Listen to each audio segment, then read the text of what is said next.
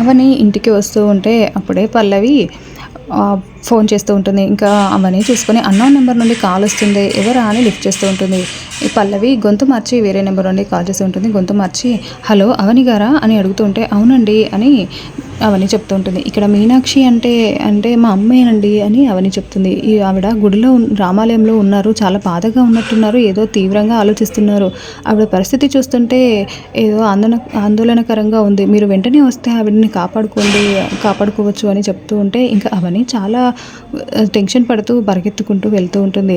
నువ్వు మళ్ళీ పైనుంచి పల్లవి అవని వెళ్ళడం చూసి నువ్వు బయటికి వెళ్తున్నావు కదా, వెళ్ళిందని మళ్ళీ ఇంటికి ఎలా తిరిగి వస్తావో నేను కూడా చూస్తాను అని చక్రధర్కి వెంటనే ఫోన్ చేసి నువ్వు చంపాల్సింది మీనాక్షిని కాదు, ముందు ఈ అవనిని చంపితే అన్ని గొడవలు వదిలిపోతాయి, ఫస్ట్ దాన్ని చంపేసాయి అని చెప్పడంతో చక్రధర్ ఒక రౌడీకి ఫోన్ చేసి అవనిని చంపడానికి ప్లాన్ చేస్తాడు. ఇంకా అలా అవని పరిగెత్తుకుంటూ రోడ్డు పైన వెళ్తూ ఉంటుంది వాళ్ళ అమ్మని కలుసుకోవాలి ఎలాగైనా అని.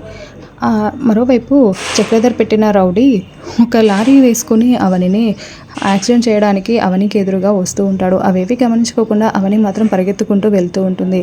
మరి అవనికి యాక్సిడెంట్ అవుతుందా? ఈసారి ఎవరు కాపాడతారు? మరి ఏం జరగబోతుందో వచ్చే ఎపిసోడ్లో తెలుసుకుందాం. Thank you for watching.